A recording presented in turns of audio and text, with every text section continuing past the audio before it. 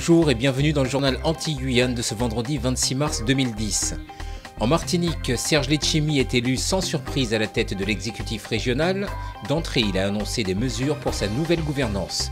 En Guyane, c'est Rodolphe Alexandre qui a pris possession du fauteuil de président du conseil régional. En Guadeloupe, la CGSS alerte les entreprises qui ne sont pas à jour du règlement de leur cotisation sociale. 41 votes, 15 bulletins blancs et 26 pour. C'est sans surprise que Serge Letchimy est élu dès le premier tour président de la région Martinique par les conseillers régionaux. Les premières pensées du nouveau chef de l'exécutif régional ont été à deux illustres présidents de région, Camille Darcière et Aimé Césaire. Et à l'image d'Aimé Césaire, son père spirituel, le premier président de région, il y a 27 ans de cela, Serge Letchimy compte faire de la lutte contre le centralisme l'une des priorités afin que le conseil régional s'insère au mieux dans la vie martiniquaise. Cette initiative a d'ailleurs été d'emblée jugée ambitieuse et coûteuse par l'opposition. Autre initiative, pour une nouvelle gouvernance, la création de plusieurs commissions ad hoc regroupant personnes extérieures et élus régionaux, dont une de contrôle, d'évaluation et de prospective des politiques publiques de la région. Le nouveau chef de l'exécutif régional a aussi assuré un traitement juste et égal entre les zones urbanisées et les zones rurales lors de sa mandature. Pendant son discours d'investiture, Serge Letchimy n'aura pas manqué de saluer ses adversaires lors de la dernière campagne électorale, Alfred Marie-Jeanne notamment, qui, rappelons-le, ne siégera pas au conseil régional selon sa décision.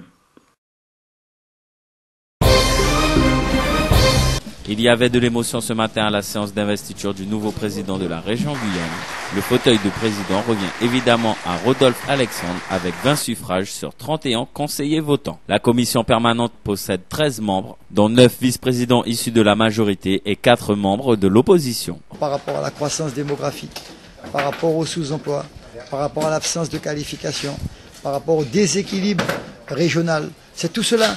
Donc on est condamné à travailler ensemble.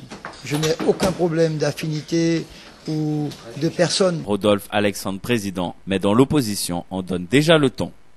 Et nous allons travailler au service de la Guyane, mais surtout par respect pour nos 15 000 électeurs qui nous ont chargés justement de défendre les intérêts collectifs et d'apporter nos capacités, nos compétences au service de la Guyane.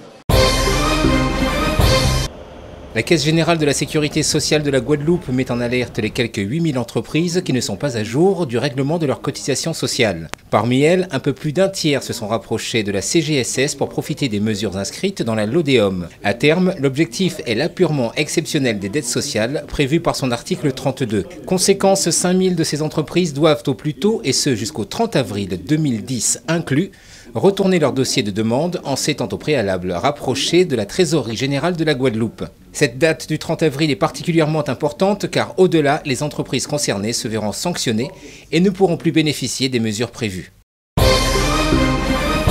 Les services de distribution de l'eau font un point quasi quotidien sur la situation souvent tendue engendrée par la sécheresse. Il est appréciable de constater que les pluies qui se sont abattues durant près de 48 heures sur la Martinique ont permis de remplir les réservoirs à hauteur de 50%. La bonne nouvelle vient des services météorologiques qui indiquent qu'avec ces pluies, nous avons dépassé la moyenne en cette période, même si elles se sont estompées ce vendredi. Mais notre île pourrait connaître de nouveaux épisodes pluvieux d'ici demain avec l'arrivée d'une nouvelle masse nuageuse. Mais pour assurer un service normal très long dans la durée, les services de l'eau estiment qu'il faudrait des pluies ininterrompues de 3 ou 4 jours. Dans l'état actuel des réservoirs, la situation devrait permettre d'éviter des coupures tournantes dans les 5 ou 6 prochains jours, même si rien n'est acquis et que cela dépend beaucoup de la consommation des usagers. Le préfet de région, la DIREN, les établissements scolaires, le SDIS et certaines associations comme Terre d'Avenir étaient regroupés ce vendredi dans les locaux de l'Arboretum à Petit-Bourg. À l'ordre du jour, 3 points. Le lancement de l'année internationale de la biodiversité. Cette politique de préservation s'est déjà illustrée depuis quelques années par des rendez-vous clés. Puis, dans un second temps, la 7e édition de la Semaine du développement durable. Ici, il s'agira plutôt de constater les évolutions, notamment en matière comportementale, et ce, du 1er au 30 avril. Et enfin, l'opération Pâques à la plage. Cette opération sera menée du 2 au 5 avril 2010. La sécheresse exceptionnelle de ces dernières semaines demande une attention toute particulière pour les campeurs traditionnels de cette période. Il était essentiel de communiquer sur les risques avérés d'incendie et les mesures préfectorales qui seront appliquées. Puisqu'on est dans une année de sécheresse et donc il faut faire... On ira jusqu'à sans doute interdire certains feux, mais il faut que, s'agissant de cette opération Pâques à la plage, elle ne se traduise pas par des incendies et des feux de forêt. le Conseil général a décidé de fermer la route des plages à la circulation dès lundi. Les riverains qui habitent au-delà de la zone sur laquelle se portera les travaux seront obligés de faire le tour par dégradé Cannes pendant une quinzaine de jours. La difficulté concerne la colline qui longe la route. La paroi côté Morne risque de s'effondrer, mais le danger vient aussi de la mer qui grignote voracement la côte et avance petit à petit sur cette partie de la route.